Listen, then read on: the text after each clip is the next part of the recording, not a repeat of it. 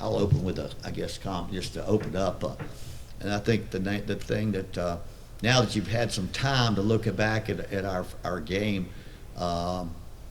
since it was over, time to look at it objectively and try to critique it and analyze it. I think we've gotten we're able to gain a lot from that game, other than just not being disappointment of getting beat after a game and not being not happy with having to go through that. But looking back at that game, there are a lot of pluses we've got to take from it, and we've got to take the positive from it and go from there. First of all, they were a better football team, Kentucky.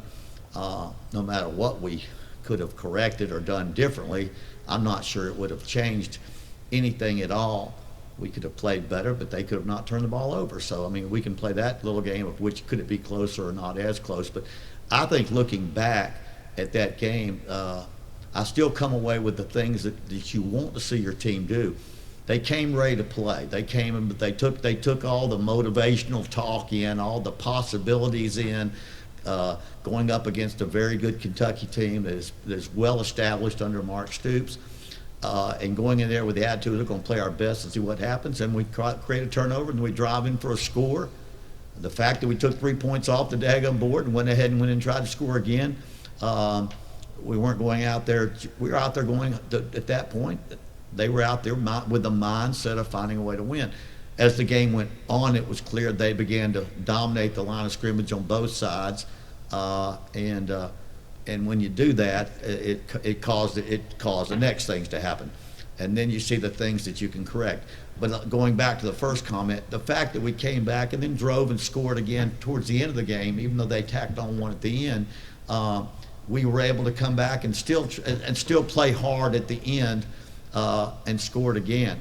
And so I was encouraged with that, with the way I didn't see people not playing hard or people that acted like a team that's a defeated, emotionally or a mentally defeated team. So I thought those things were very, very reassuring after the game and watching back over. Now the great thing is that now that you're able to look at it objectively, you see things you can improve and how we could have played better. We four passes for 210 yards and 2 touchdowns, and maybe led to four touchdowns. Did lead to 4. That's something that we can correct. Somebody out of place, not doing their assignment, so all 11 people didn't have a successful play when 4 plays went over 50 yards during the game for 210 yards. Those are huge plays that make a big difference in the way the game looks from the standpoint of how everybody's playing. And we can correct that, because that was probably somebody out of place, not doing what they should do. Offensively, we just could not. They whipped us so much up front. We were 1 out of 13 first downs made 2 yards or made over 2 yards. That means every single series of the entire first half, we're sitting with 2nd and 8, which is like a 3rd and long, and they pretty much dominated and dictate to us at that point. In other words, they could play a secondary in kind of a 2-deep shell and still stop us up front. We say we can't, so you don't go deep. Looking back, we probably could have been a little more aggressive on first down, but at what point you felt like you're trying to get a short pass or a first down, a good run mixed in. And by the time the half is over, they've dominated that. That was the biggest thing, is we could not establish the line of scrimmage. And I think with the passes, and I'm not making excuses, I'm just stating the fact is when they are so good up front. Now the positive on the defense, we gave them 135 yards rushing to one of the best rushing teams in the conference and better running backs. And he had except for that one late run, it would have been about 100 yards the entire game. Now there's a reason that you do that, and the safeties are probably helping out when those good passes go over top. So that all goes together. I think we saw that that we were able to stop the run, but it might have been part of the reason that we're out of position on those big passes. And that all started up front, offensively and defensively, and their ability to dominate there. But defensively again, offensively now. Ty Selby on the defense played exceptionally well. He had one of those games that's just the kind of game that you dream about having when you play in an SEC school. He had 2 sacks, 2 tackles for loss. He recovered a fumble, and was our most dominant player on defense. And that's against an SEC, a very good SEC team. Boogie Knight had 6 receptions for, I think, 58 yards on offense. The yardage is not a whole lot, but the fact is he showed his savvy and toughness in there and making catches inside among the linebackers and safeties, and making aggressive catches in there and running for extra yardage. And so that was encouraging from that standpoint. But again, and kicking game, I thought the biggest thing we showed we could be fundamentally sound and come out of that kicking game. And I like to say, first of all, let's not ever lose a game with our kicking game.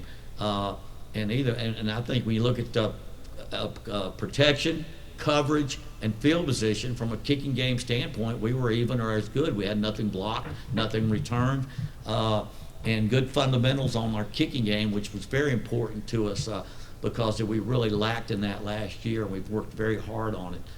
We can get better in that, just in the amount of distance we did. It was fun. We got one kicking game play where one of our punt rushers was shifting from one side of the center to the other and got caught right in the middle, and that's a 5-yard, and that's a penalty. You can't line up at 1 yard over. You can't line up over the center. He just got stuck in between, know not to do it, and that's a penalty. Gave him a first down, which led to a touchdown. And then we had a punt that probably could have been downed inside the 1 that we didn't down it. It rolled in the end zone, but you're probably talking splitting hairs there with perfection with our defense. But I thought the kicking game really did well against people that usually, when you get into a team with an SEC caliber school, when it gets to your special teams, that's where the talent level usually separates, because they have more people of quality talent that can play on those special teams that are backups. So overall, again, for a game that we weren't expected to win, and we followed suit with that, we were able to get a lot of positives out of it, I think, and that's the important thing. And it's I look at all the teams that lost, all the teams that in our conference that lost, all the teams around the country that had to face a loss, and half of those teams at least will have great years. We've got to make sure that's one of us. I mean, to look at and you can look at just look at teams that are very, very, like 7 top 20 teams lost. Some very, very good ones lost, and I don't think any of those guys were nearly the underdog that we were in our game. So it's all how you handle it. And so again, I 26 to I think 25 times in years before, I was either on the Kentucky side of that game or on the other side of that game, and most of the time it's very similar to what we saw on Saturday. And it's all about how you deal with it. We didn't get injuries. I didn't think we have any injuries we sustained that you can very well sustain in a game like that. And so the week off, we can make any kind of adjustments that we need to make. Look at any personnel challenges that we need to have, because I think we saw a few challenges that we might want to see if we've got the right guy starting.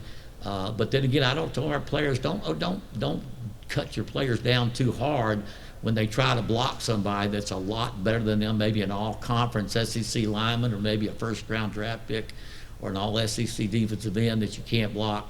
Let's don't be too critical of guys that the odds were not as good that they would perform as well against that type of talent. Any questions?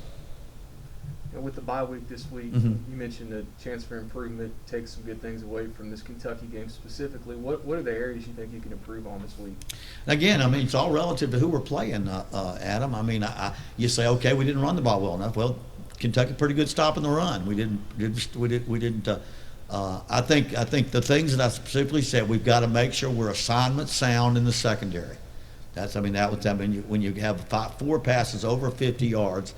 I don't care if it's Jackson State coming up or Kentucky. If you're not in the right position and a guy's wide open, that's got to be. So we got to be sound in the secondary, because we gave up some plays just not being in position. And that's not a guy out running somebody or a guy out jumping somebody, out catching somebody. That was the first thing. Offensively, I think what happened, what you could do, and I think all you can do is go back in retrospect and say, I wish we probably could have been a little more creative on first down you keep hoping you will get one that goes over 5. And I say, so because first down is a very important down on offense, and how you how if you're going to play speed with tempo, because if you're going to play fast, it's not easy to play fast when you're 2nd and 8, 2nd and 10, 2nd and 9. That's just if you're 2nd and 5 or 4, now you got it's a lot more fun. So I think but can we have done better against Kentucky? Can we improve? We got to improve against people. Hopefully it'll be part of who we're playing. But I think is two things we got to do is make sure we're in position not to give up the big play in the passing game, and be better on first down on offense, because you can't do what we want to do and not have better success. So whether that's all about how much better we can play or how much better Kentucky was, it's probably a little bit of both that we've got to do. So a little more imagination first down might be a help us some, but also being able to at least match up better on the offensive line to someone's defensive line will help you there. And then the other thing was obviously with the big plays on defense. Unique situation with the bye week in week 2. Mm-hmm. How do you guys handle this week? Well, I mean, right now you don't need the rest, but you don't really go out and bang them around. So the normal way we do it is we had a Sunday correction practice. We practiced on corrections in all areas of our game. We have little things we did wrong that we don't even talk about that you got to correct in the kicking game or in the offense and defense. And make sure anytime you do that, you can see if somebody's banged up and he's not saying anything. You can't really jog around as easily. So we had a Sunday practice. We're off. Monday's our off day. We'll go Tuesday, Wednesday, and Thursday, and we'll be off Friday and Saturday from the standpoint of the players are concerned. We'll have Tuesday, Wednesday, and Thursday to get better at what we do and to get a little jump on our next game. And then Friday and Saturday, the players don't have to be back till 4 o'clock meetings on Sunday, so they can have a couple of days. We coaches will try to work through those times and try to do as much as we can. So coaches won't have nearly as much time off. I'm sure we'll get through on Saturday to watch a little football, on Saturday. And we'll wish we could do that later on in the year, and our players probably can wish they can. But, at this point, we've got to, if we're going to make any changes, and that's not big, massive changes, if there's a second teamer we want to move up, or maybe we want to focus on getting these 3 players reps at 2 positions so you get the right amount of rotations in. I think that's the way you positively use an early week off like that. But other than that, without injuries, it's not one of those situations where we're having to get people well. Position changes or battles? Is that battles, more like, battles, not changes. That's probably the wrong word. Battles where we see a guy that we anticipated, one might play better, one might play worse. The backup went in there and showed he could do a little bit more, and we create some battles. They normally don't have later on in the year when you have an off week. Now we've got some battles in there where guys that came here hoping to play or guys that were already here, they want a shot. So I think we got 2 or 3 battles I think that we want to do. At the same time, I've asked my coaches, count to 100, hold your breath. That was Kentucky, and that's 9 years under Mark Stoops. That's 5 straight bowl games, and that's a team that was picked to contend in the East, at least top 3. I don't know anybody in the East could contend with Georgia after what I saw this weekend, but that's Kentucky's problem, and that's a good football league too over there on the other side of that conference. But no real changes so much as just a competition. You mentioned opponents, and with Jackson State coming up, have you got a chance to lay eyes on them yet? And if so, what's your thoughts about what Deion's bringing? Yeah, I have. And of course, they played Florida A&M. We got to watch them. We got to spend a lot of time watching them, and it gives you a good idea. They won a big game. Florida A&M is a very good team. They've head coach Willie Simmons played for my brother. Rich coached him. He does a great job. He's really got that program playing well. That being said, they didn't play in the spring or the fall last year. That's the first game they've played since 2019. They lost the game. Jackson State was able to beat a very good Florida A&M team.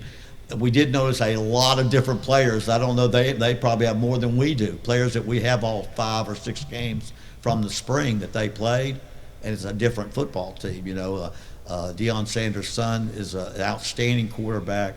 They've been able to attract more 4 stars. I think if the things that I read are true. They more 4 stars and higher recruiting class they've never had in the HBC level, and maybe at the CS level. Is that right? FCS, the 1 at the group of 5 level, and the number of portal transfers they have coming in from a lot of outstanding schools. I know they threw the ball a lot to their receiver that was a walk-on at Alabama. That's one we felt was very, very good when he was at Alabama. Lanier, I think is his name, but I didn't get names right. But we were able to see, one, how talented they are. They beat a very good Florida A&M team that's very well coached, and they've got a good football team. They're going to do a great job under Coach Sanders. Coach, I got a couple questions. Just tributes, of course, to your father. This opening weekend were outstanding. The Florida State halftime. What did that mean to you? You know, it's overwhelming a little bit, and I get it. You're there during the preseason when he passes, and a week later, a celebration, a funeral, and so many things were said. And then Florida State, of course, has their national TV game with Notre Dame, and they did so many things. I